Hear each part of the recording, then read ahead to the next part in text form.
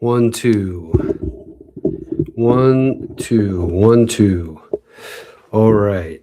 Well, let's see how we're going to do this bad boy. 1, 2. 1, 2. Oh, yes.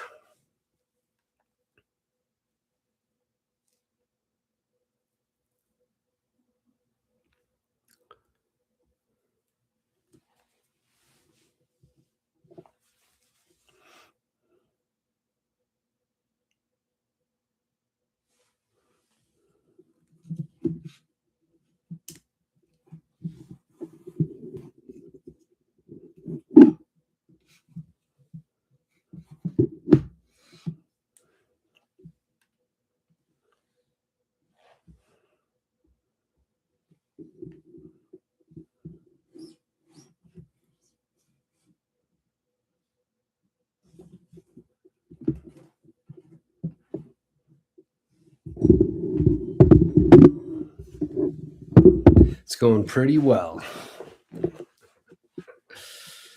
Going pretty well. All right, let's just start it here. As promised, we're back in the layer with another live stream. And somehow somebody's watching. This is incredible. I have no idea who you are. I have no idea how you found me. This is sort of a live test run of sorts. So you're getting to really see something in its earliest potential stages. If you want to say anything or interact with me, you'd be the first person ever on this show to do so.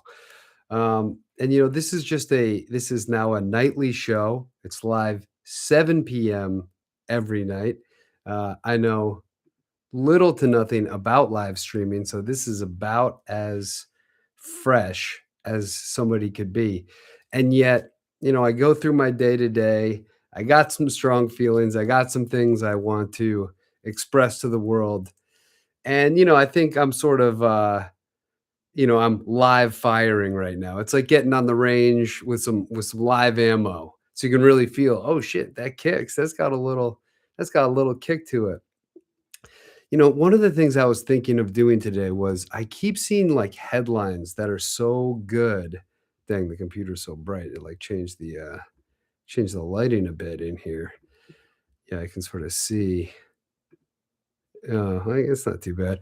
Um, and I sort of wondered if it was worth like going through some headlines or something like that because I think there is part of me that wants to get a script going, that not a script, like some kind of an outline. But I'm still so fresh to this that even just getting the camera and the USB mic going for a second day in a row, I'm just counting that as a win. I've had so much frustration with technology over the years that my baseline being things working is mind blowing. Up and there goes the one streamer the one viewer who was here. This is what it's like at this point. It's like if you're your first day on the corner preaching the good book, and somebody stops by to be like, "Oh, okay, yeah, what do you got to say?" And you're like, "All right, so Jesus, da da da da da," and then the person's like, "I don't think that's for me," and you're like, "All right, back to the drawing board." But I really do feel just like such a joy that I am just following through on doing this. Like it feels like, almost like one of those times early on in my life where just like going to a second open mic, you were like, all right, man, like, you went to one, you could do it and then never do it again. You go to 2 days in a row, you go, we got a little something here. And I think the idea is that I'm process focused and I'm just building the reps. I want this to feel so easy, so natural. I did get a little nervous when I saw that person in there. At first, I thought, wait, is that me watching from, am I like on this channel in some other browser I have open? Or maybe it was a mistake. Maybe it was a ghost in the system. Maybe it's somebody, following my journey for whatever reason. Could be the case. Kind of want to just get a little bit more headroom there. Does that seem feasible? These are just sort of like the hijinks from the high seas, I guess you could say. Yeah, now we got a little more headroom. I don't know if you have to feel so stuck in it. Um, but but I really do feel so appreciative of just, and maybe there's like sort of an NPR, maybe there's a chance. Maybe that's what I've been missing, screw the camera angle, just the goal of this right here. I can't tell. Oh yeah, that's the gain. The goal of this,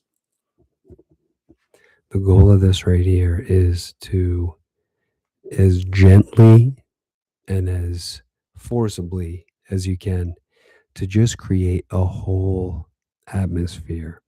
And you know what I may end up doing? I may end up, you got to watch those P's end up. I may end up scoring these, maybe getting some kind of a looping synthesizer thing. I think that's more what this is going to be. I think it's going to be a little bit more of a seance. You kind of get the vibe going right. We get a good vibe, we get a good feeling. And before we know it, we'll be going away together. Because of course, I could be complaining to you about my problems, and you could decide that that's really the best thing you could do with your time is to go, I just want to be in this room with this guy, listening to him complain. Get in line. That's what. No, but seriously, folks, what I'm really looking for here is the kind of intimacy that we could only get by being very direct and honest with each other, very vulnerable. Like, I want this to feel like one of those conversations where, have you guys ever had this where it's two people at a bar, and then maybe it's a hotel lobby bar. They're both just there for the night. He's on a, business conference. She's got a nursing convention. They've had the events of the day. They went back to their room. They showered. They had some room service or something. And then they thought, I don't want to spend the whole night in the room. I'm just going to go down to the lobby bar. I'll just have a drink. If an hour goes by and I end up back in the room, at least I got a little scenery.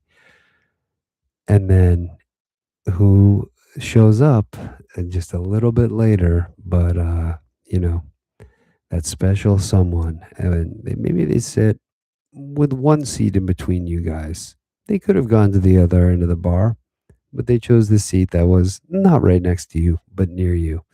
Maybe it was her, maybe it was, and he kind of looks at her, maybe gets a smile, gives one, and then there's that moment where he initiates. He says, I could tell from your shirt, da da da da da."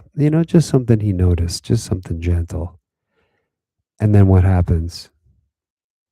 It's a kind of magic, in these moments. I'm not just talking about like a one night stand here. Your guy's mind is in the gutter just because of the ASMR and the bass in my voice. No, no, no. What's going on here is far more intimate. What's going on in this situation I'm describing here is the chance for two people to they're offered the opportunity. They're offered is the opportunity to open up in a way that would be hard to with anyone in their life, even their therapist. There's a chance in this moment, knowing that this is just this ships in the night. This is just the way fortunes smiled upon them, and you, the two of them, they get to see how far do you want to take this. How far do you want to go with this? They get to decide that. That's between the two of them. And again, it's just so easy to think that, oh, this is just about being sexual or something. No, this is about the opportunity to be honest.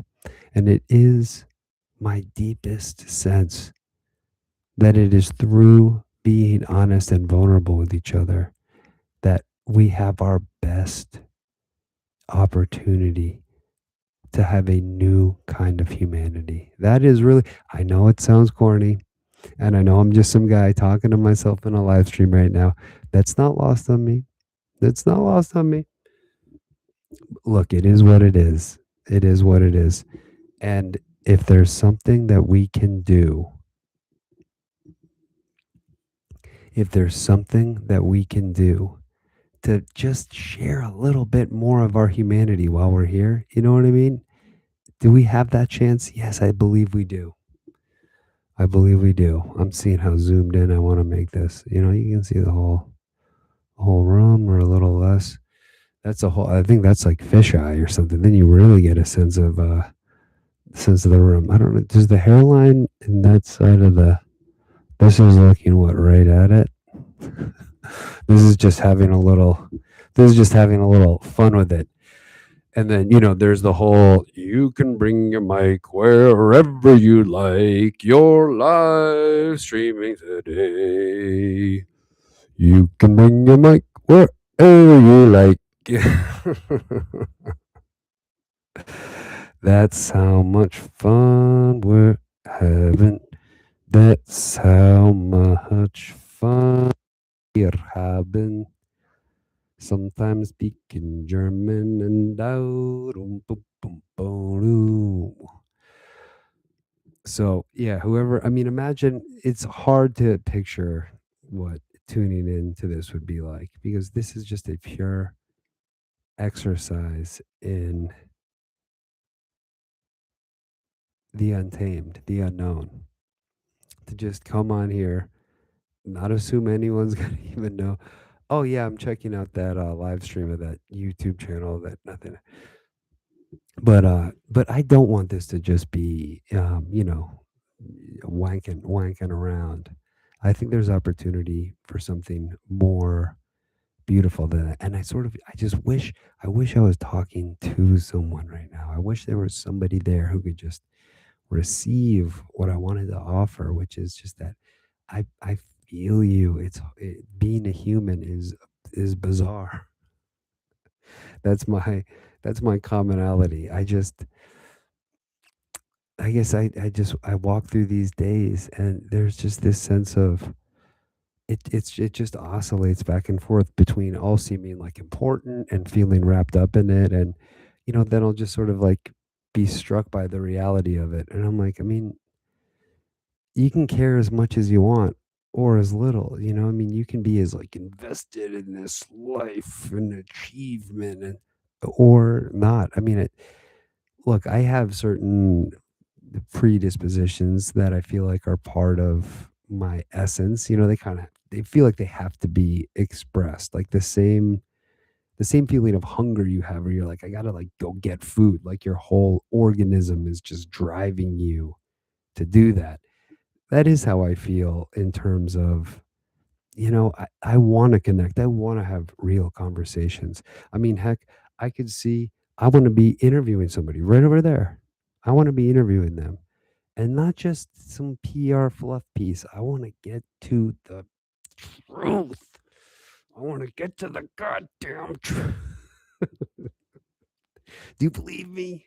Can you feel what I want to feel? I mean, look, I know there's social expectations, there's streaming regulations, let's say. There's only so far that, different aspects of society allow us to really explore, publicly anyway. That is what it is. It seems like it'll always be true. It's hard to imagine otherwise. But given those constraints, and maybe with, the indulgence to just color a little outside the lines, as you see fit, I think if we can do that regularly, because I mean, let's just make one thing clear. I'm just making this clear to myself right now because there's nobody watching. I'm not here on a team. I'm not here with some, I want you to be a Republican, or I want you to be a Christian, or I want you to be, actually, yeah, will you? As I'm listening to that, I was like, yeah, yeah, yeah, yeah. No, that's actually perfect. But this is why you got to bring the music in. This is why I got to find all my quarter inch cables. Right now, this place is under construction. Under construction. Oh, somebody else is here watching. This is great. This is what I asked for. I said, all right, if there's one person that shows up, if there's one person to connect with, to me, this would all have been a success. If you want to say anything in the chat about who you are or how you ended up in this miraculous position, I'd love to engage. You're catching a guy at the start of his journey, the start of his exploration into this new foray. And it says live chats here. I'm just gonna see how this works. This is my first time ever. Oh, there we go. I typed in the chat. I got something. Chat. So yeah, if you wanna engage, please feel free. Otherwise, I'll just continue this, this sermon, whatever this is. This space is under construction. My life's under construction, and yet I'm having a blast. I was saying earlier, this feels like the first time doing stand-up comedy or something where you go, you know what? I'm just going out on a limb. I got my little notepad. I got a couple of things I jotted down. Who knows how it's gonna go? If I fall flat on my face, if I get a laugh, just being up there is a win. At a certain point, just getting up and doing it is sufficient. So yeah, I mean, I'm so curious who the one person in here could be. I mean, that at this point, it's almost just like a one-way FaceTime. If it's I mean, it's just like somebody just watching this. Oh, yeah. Okay, cool. Yeah, nice to thanks for reaching out. Logged in to check it out here. Yeah, in a similar boat. I mean, at a certain point, it's just like, come on in. The water is warm. I mean, I think eventually, if I can figure out how to get the music going on in there, maybe like some looping synthesizer tracks. I got some drum machines and stuff like that. I just got into this space, so I still got the tools out and stuff, but it's slowly but surely it's coming together. And I think what was important to me is just that I just do it, just get in there and do it. Um, yeah, exactly. Have a little fun with it. Yeah, it's funny to be on the other side. It's like I've been as a consumer of so much of this stuff for so long, but like so many things in life, when you're watching it, it looks one way, and then when you're doing it, you're like, oh, okay, okay, I get it. Yeah, I was working at a stand-up comedy club for a while, and it was just so interesting to see how the different comics would approach their you know, what intro music they'd want, how they'd work the crowd. Some would just go like right into their material. I'd see them five times in a row over a couple of days, and they would just have the same set and they would just knock it out. Other dudes would come in and you go, "Oh my god, I think he just made that was all spontaneous and crowd work." And they would just roll up to like a sold out show with just pure swagger. Just like, "Yeah, I've been up here a million times. I'll figure it out." Like even there's like a zen point you get to where even if what you're doing isn't funny, that's funny. You can actually like Ouroboros it, snake eat its own tail, where everything, like a sustained period of 10 minutes with no laughs is so awkward that you can then just start you know, tweaking that, making that the joke. Really is. I think it was like Chris Rock or somebody who was like, whatever you do, just go all out. Like you're saying, have fun with it. There's just don't show any weakness, don't show any hesitation. Don't let the crowd see you uncertain about anything. Just like blaze forward and make it happen. But yeah, I mean it's I don't know, there's something so pure. There's something so like equalizing about, just like getting up there with a microphone. And it's like, yeah, that's it. No matter what your reputation is, no matter how long you've been doing it or who your fans are or what mood they're in that night, you just roll up there and like whatever you got is what you got. It's not like being a musician where you can hit, play on the click track and play the hits and go, yeah, we got this. We'll play Go Your Own Way and they'll all clap and it'll be good. As a stand-up comedian, you're just up there like, so my Uber driver on the way, and you just gotta like make it make it happen. But you can see why somebody would just get comfortable with that, prescribed set list where they didn't really have to be in the moment. I mean, my favorite was, man, there was this guy, Steve Byrne. I think he had like a sitcom on CBS and stuff, but he had just gone is so close to the top of like comic on network TV and the Beverly Hills lifestyle, but like something happened and he just ended up just doing like a Tuesday night thing at this club I was working. And he would come in so, yes, that muscle memory, exactly. Exactly. Oh man, yeah, it's like true jujitsu. Like to work with that crowd energy is almost like this. It's like a dark art. It's like a mystical, like the way they would like take it and like reform it and give it back. And it was like a seance. It felt like something like a Ouija board. Something strange and spiritual and spooky was happening, and it would transform people because they would come in so grumpy and I couldn't find parking and da da da. And you're like, all right, all right, all right.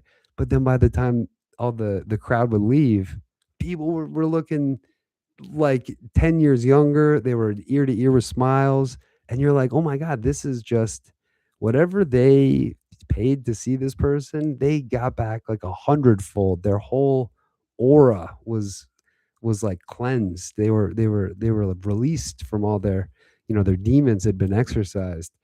And you're like, damn, that really is just like a person with a microphone has the power to do that. It was humbling to see. But then there's also, well, not to get too cynical about it, but there's some snake oil. There were some people who were really good at like simulating what felt like, oh, this was a spontaneous moment. But you're like, wait a minute, that happened in your last three shows. You you got that in your back pocket. And no, I'm not even saying it's like learning a magic trick. You go, oh, I can see how they count cards, or something. But I'm curious. So are you, whoever the person watching HH Whipped Cream, um, are you looking to do some live stream stuff, or is this, I'm so fascinated. This is so cool to be able to interact. I feel like this is my modern version of those clips of Tom Green where I would see like he like, in the early days of this kind of stuff, he got his little system up and running. You can tell he was like, holy shit, this worked. It's really how I feel right now. But yeah, people see through that old act, and you can tell some comics. It's like, all right, Grandpa, time to go to Vegas and like do your little, But I guess what the cool thing about comedy or something is, you can be Don Rickles and be 82 years old and still like roasting people, and I mean, considering you just get like, well, maybe not everyone gets grumpy, but grumpiness and comedy are a pretty good fit. So to be a grumpy old man and still have your wits and your timing about you, I mean, you can be hilarious till you're 90. It's not like there's not really out of all the like art forms, stand up may be one of the ones where you can just like a fine wine, like keep aging and like not be a nostalgia act. You could really keep it going. But yeah, it's interesting to think about. As I was watching the World Cup recently, I started thinking like, man, there's just something about live events where people can feel the stakes of like, if you're truly taking a risk, if you're out on a tightrope, if you're out on a wire and they can see it and they can feel it. I do think that in a society where like, we've been advertised to so much, it's been pretty commercialized. If you can really harness that feeling of, you know, the tightrope with no net, there's no backstop, like even SNL or something. I mean, think about how long SNL went on with just such a simple premise. But when you watch the skit and they're kind of stuck with the live, like whatever happens, even if they're cracking up or something, it does add an intensity to it. Like your animal instincts almost kick on. Well, let's see what we got. Oh yeah, you're feeling that Tom Green. It's a deep cut, but he's still close to my heart. Yeah, a lot of rambling and the sense of humor. Well, you definitely came to the right place. That's so cool. Well, I just got to tell you, heart to heart, your support, your interaction. You're literally the first person I've ever crossed this threshold with. So I don't know anything about XP or something. You're so kind to ask. That shows you how little I know and how ignorant or how much to learn I have. But let me just give you some amazing encouragement back to you. I truly hope that you get your weird sense of humor out into the world, and that that just as you have provided me such a kindness through your interaction and your support. I mean, truly, I almost didn't do this tonight. I did one yesterday and I had no people, and I thought, well, it's fun. At least it started. And I said, no, you said you're going to do it today. Do it today. And then I thought, what if I got to interact with somebody, and God bless you, you made it happen. You made a guy's dream come true.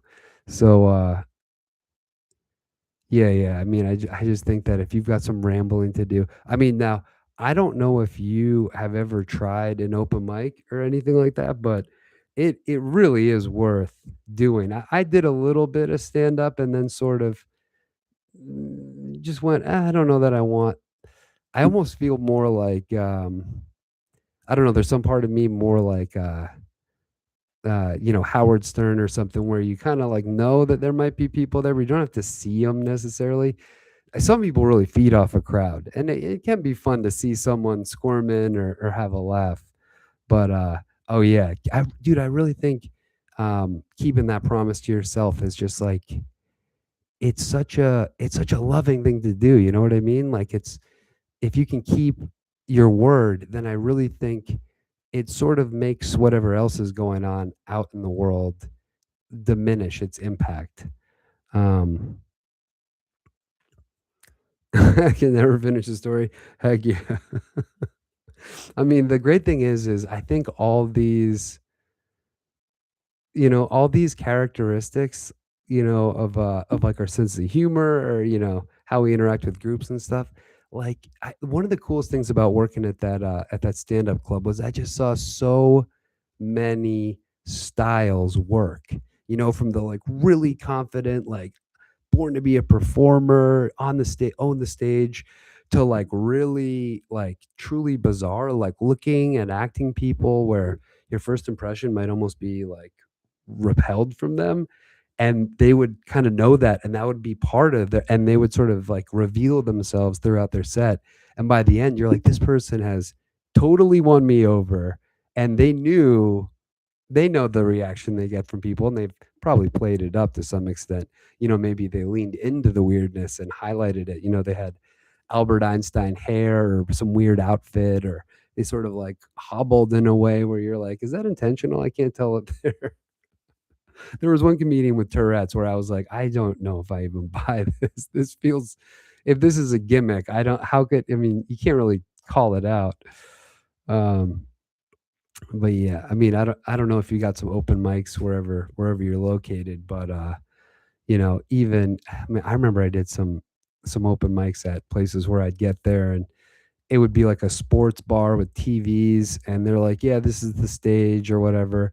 And as you're like telling a joke, you could tell people are like, "Yo, can you quiet down and watch a baseball?" And you're like, "Yo, why did you set the stage up here with an open mic if like people don't want to?"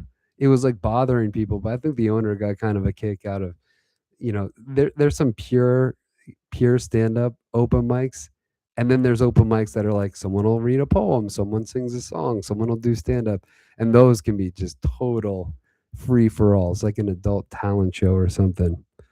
um yeah, yeah, I mean, I'm telling you, like, doing stand-up is, I'd almost categorize it less as like comedy and almost more like bungee jumping, or like one of those things, like even if you just did it once, just like knowing that you did it and having it in your back pocket.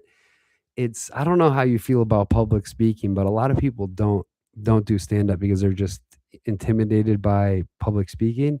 But if you have any of that and can get over it, just the feeling of I mean, they truly are like free speech spaces too. I mean, I remember at some open mics, I heard some things that were so shocking, and they weren't even funny. But if you've never tried stand up before, it is a little hard to predict what's going to land ahead of time, even for a great comic. I'd see world class touring national comedians working on new stuff. And sometimes they would just like, they just sort of smile and go, all right, I don't know if I'm going to tell that one again. They just sort of accept that it was a flop. And they were just like, yeah, I mean, I had to do it to you guys to feel what was going on.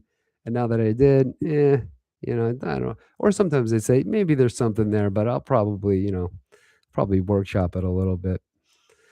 Um, but yeah, that's the open mic thing is it's at a bare minimum just a glimpse into like a whole another world. And maybe this is true of like acting classes or something. I mean, like intro versions of things where like people can get famous, or even like music workshops and stuff like that. I mean, that's, I guess, the premise of America's Got Talent or American Idol or something, right? Is that people can be very delusional and have no idea that, they're maybe not as gifted as they think they are. And then there can be people who truly are amazing, that are like world class people. and they've just been singing in their garage or the shower or something.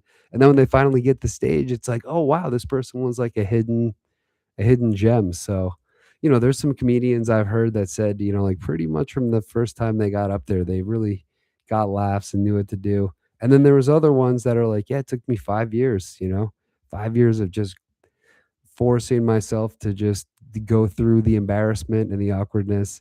And then when they got to that point where they no longer feared bombing or something like that, then they were free. Then they could stop doing a George Carlin impression, or even Jim Carrey was like an impressionist at first, and his impressions are amazing if you've ever seen those. But he really hit a point where he goes, I don't want to get pigeonholed as just like this is what I do. So he went out of his way to be like, I'm not going to do impressions anymore, and I'm gonna focus on really building as a comedian. Let's see. Oh, am I doing open mics regularly? No, no, I just, I was a musician for a bit. I did some touring and some writing and performing and stuff, and I just have no desire to do anything that I don't even like the audience thing that much, to be honest. Um, when I was working at that comedy club myself, I was doing the sound for it, which is kind of a fun, yeah, it's a funny job. You choose the song to bring the person out to if they don't have it, preset in their little list that they give you. You sort of, get the crowd ready. All right, lights down, 10 minutes to showtime. You kind of prep them and stuff. But when I did live in LA for a while, and I would go to, the comedy store would have open mics and stuff. It was funny because when I was living there, it was 6 years ago. um, it was Kill Tony was just coming on the scene, and I saw it in the I would go and put my name in the bucket at Kill Tony, but it never got pulled. And it was already pretty busy then. But I don't know if you're familiar with the Kill Tony podcast, but considering that Tom Green and stuff like that, I feel like I'm speaking to a somewhat like-minded individual here.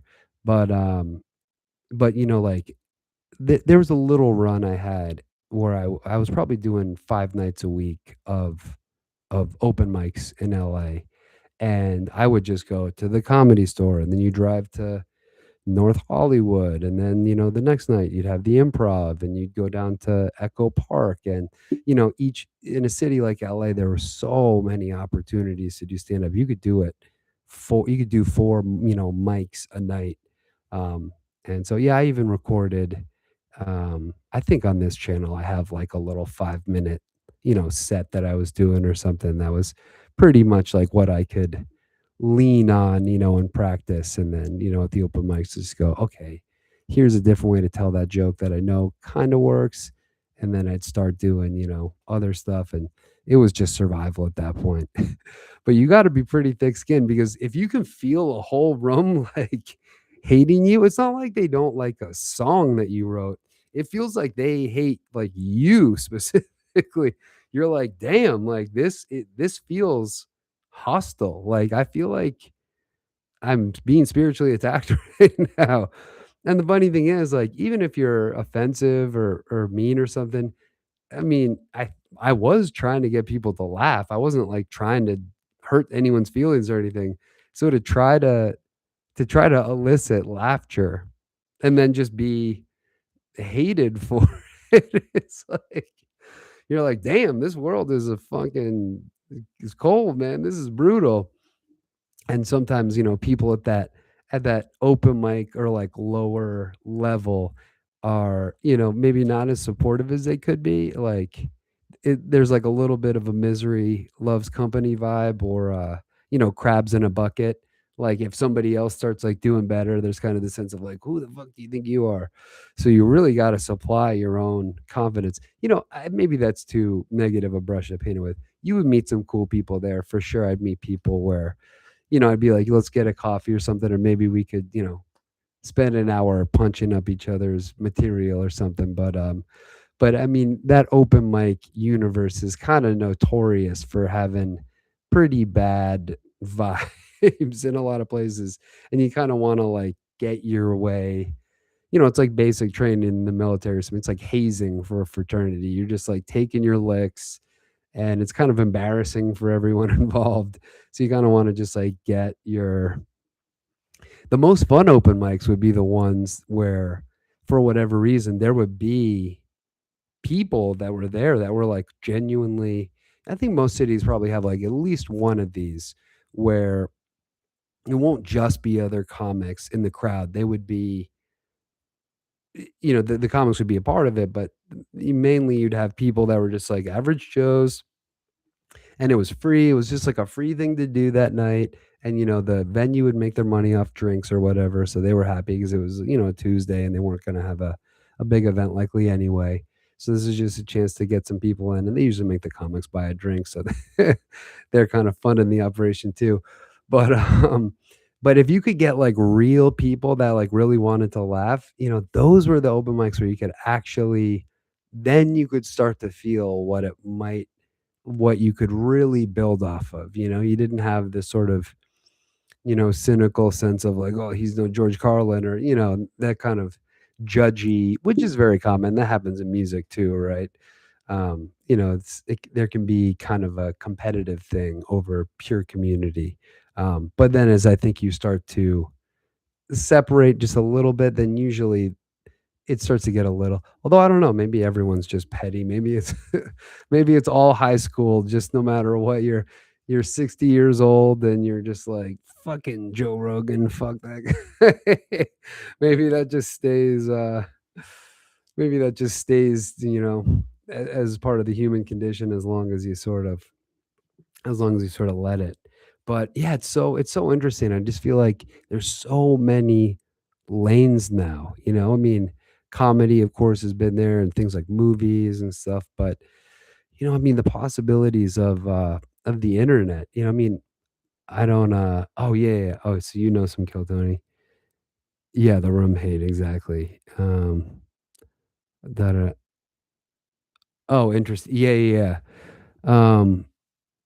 Oh, thanks. I appreciate. Yeah, yeah, yeah. I mean, it's all so fascinating to me. Like, I feel like at this point in my life, like even with comedy or with like movies or something, I feel as into the the stories like that go, the making of it or something is like just as interesting to me, or like people's process.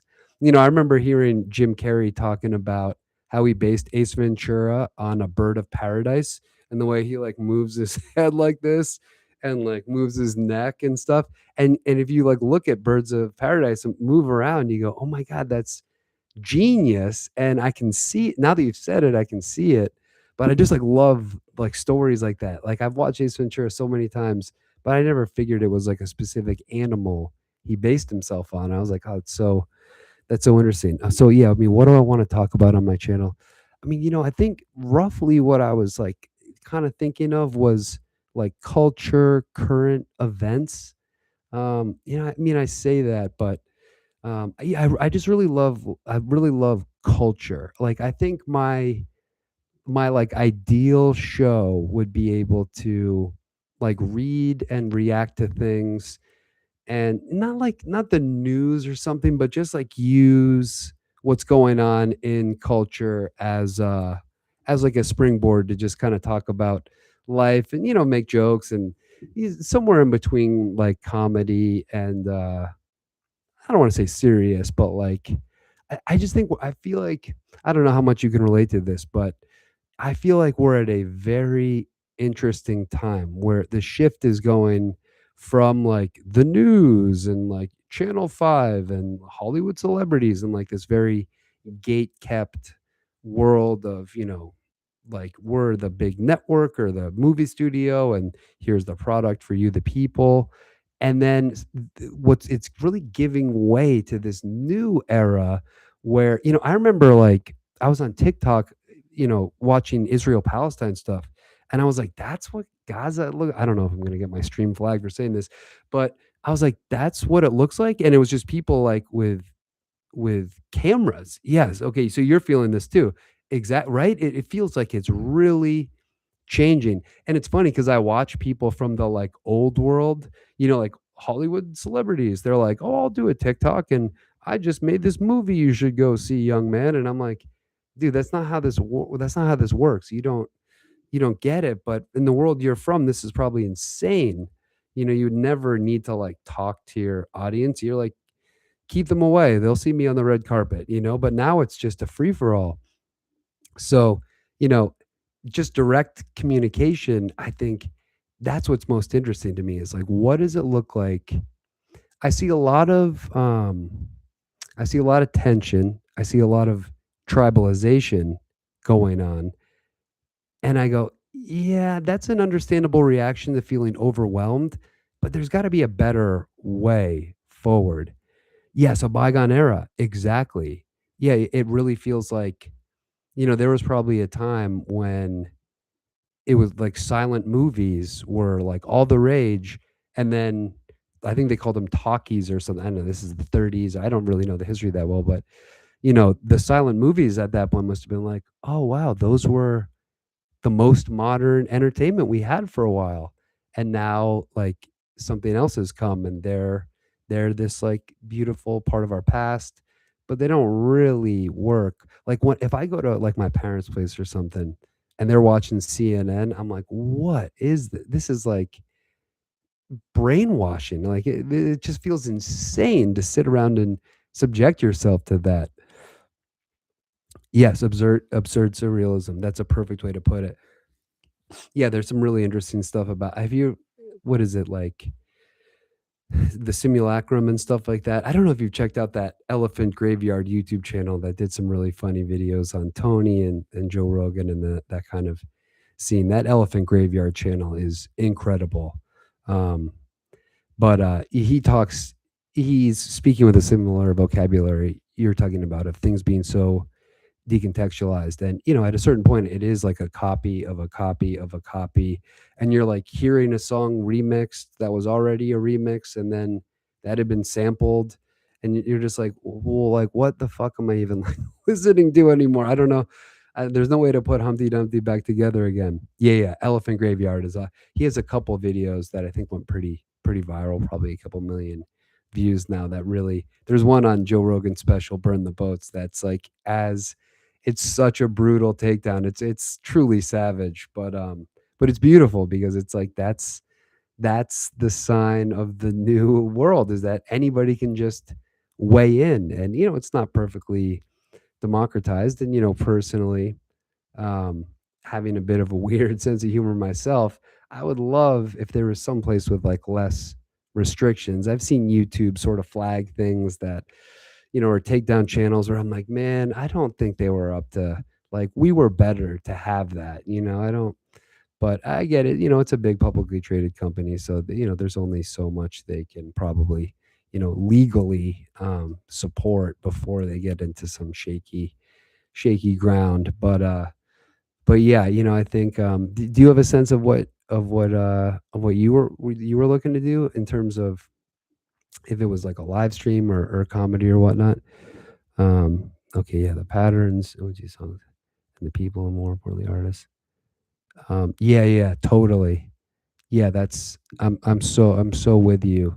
And it does seem like there just is this magic, invisible hand of the universe that like brings the right like artists up to speak to what needs to be like, certain time just seems, or destiny or something, like crowns certain people and it's like, we need your, we need your insight right now. We need your offering right now. And it's amazing because some of those people, I think of David Bowie or something like that, and they just seem like so ahead of their time. The music they were making was like 50 years beyond what anybody else could even dream of doing.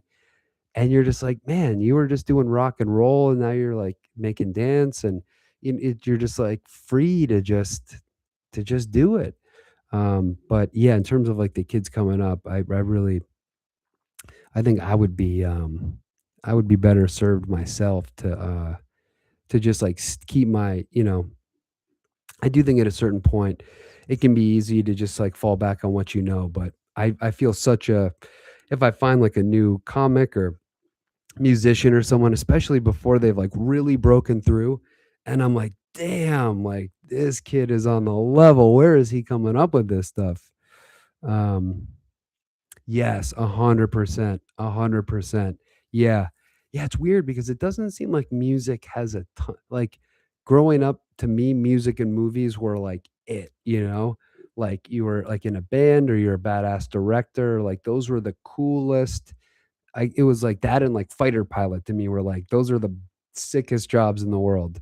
I don't know, pro surfer or something, but, there's, like, a Mount Everest of just coolest thing, and, I sorta don't like Kanye for a while went like pretty rogue where I was like, "Oh wow, this is a real artist." Like I truly have no idea what he's going to do next.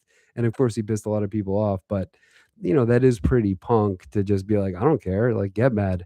But yeah, I wonder what that movement would be. I almost wondered if it would come from tech or something because Julian Assange, when he was doing the WikiLeaks stuff and he was like, leaking war crimes and like legitimately changing national or international like consciousness. I was like, damn, that is fucking badass. That is really punk rock. But he got sort of he got some trumped up charges and yeah, but I sort of do wonder if there's some tech version of punk that's, there's that like collective anonymous that does like leaks and stuff. It's almost more like Banksy or, where you're sort of like interacting with the public like as the art. Um, I don't know if I have a better way to explain it or better examples, but it does seem like there's some opportunity to just really stir the pot. And when I see people like South Park, like still I love South Park, and they've been fighting the good fight, but I'm like, "Can somebody give these guys a breather? Can someone tap these guys out?" These guys have been working their ass off doing the show for 30 years, like, who's gonna tap them out? Eventually, you gotta replace the Kings, and I just sorta wonder, what'll be next. I mean, when I was living in LA, I sort of was dabbling in the movie world with doing some screenwriting stuff, and I just so quickly saw I was like, "Man, this is the craziest game. How does anyone have the stomach for this?" The amount of rejection and, "Oh, the project's greenlit. Oh, we lost the funding. Oh, we signed on this director. Oh, he's gonna do something else." And I'm like, "Dude, this is driving me fucking crazy." Um, yeah, anonymity is really, it really is.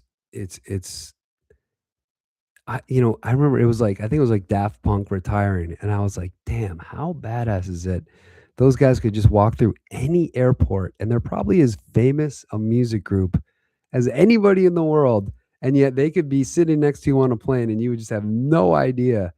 Um, yes, yeah, Banksy's anonymity was truly world class, and it's funny because I've heard a million things about, "Oh, yeah, this is him," or this or it was a collective or something, and he did such a good job of, like, muddying the waters. I still have no idea of even if like, it's become so convoluted now that even if it was, like, you know, considered fact, like, "Oh, this is Banksy," I'd still be like, "Yeah, but I don't trust that." He's been so cunning throughout his career that I would never know. I wouldn't even know if it was a collective of people. So, yeah, there's something really in a world where everybody seems very fame hungry and that sort of Andy Warhol, like everyone just wants their 15 minutes. I think we can see that going the other direction is kind of badass. But um yeah, yeah. Exactly. Exactly. Like going in the opposite direction. And you know what's so crazy is, maybe because like I had a little like proximity to stuff like fame growing up, just like through random like nothing to do with me, just like random circumstances around me. And I don't know, I just think from an early age I was like the fame is that's the cost. That's not the perk. I mean, there are perks like, oh, I mean, there's tons of perks to fame, of course. But not being able to get a coffee without getting your picture taken is crazy. That sucks. That's not fun. There's very few people wired to enjoy that. There's very few people wired to just be so praised on like a societal level that they can even keep their sanity. So, I mean, I think, the more somebody could just put the work front and center, I think the more badass that is, you know? I mean, maybe it's hard to have true mystery these days, but if you can cultivate some aura, you know, some sense of wonder or like, you know, magic with the people you're showing your work to, I think that would just go such a long way. Like, I don't know if you've seen this, but I see ads for movies now that there was that new movie with like Seth Rogen and Penelope Cruz and Ed Norton, directed by that girl Olivia Wilde. And the ads that they're doing for it are they're just like, "Hey, we made this movie together, go see it." And I'm like, "What the fuck is what the like, that's the best you could do, just telling me to go see this I mean, okay, but, like, do you guys do you wanna maybe like, you guys are, like, creative, beautiful people, you that's the best you could come up with?" 100% Peter Parker. Yep. Yeah, Peter Parker.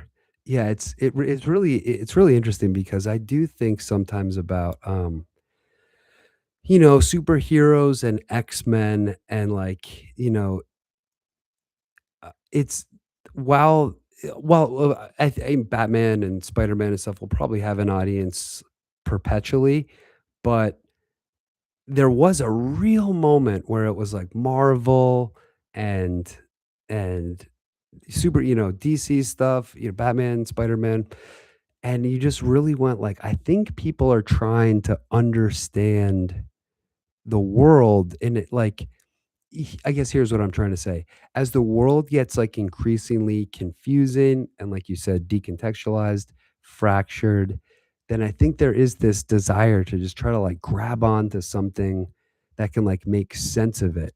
And you know, I mean, look, I still with my friends, with my brother, I'll still bring up Lord of the Rings and Star Wars and stuff to try to explain the world, the power struggle in the world I see around me, you know? Peter Parker, Batman, these references are they did such a good job with those characters that, you know, they're just sort of heightening what our own true nature is, you know, our own um, you know, ability or struggle to work with our powers or the way we're different from other people or the way that we're changing.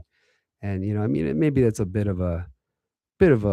you know, a cliche take or something, but it's just I guess what I'm saying is with the monoculture just gone, then what you're really left with is people that are just trying to make sense of this fractured world, you know, especially if you don't feel like you can have an impact or you don't feel like, you know, if you just feel like data or your voice doesn't matter or something, then I do think that some of these stories can help give us the the perspective or the fuel to try to make sense of it.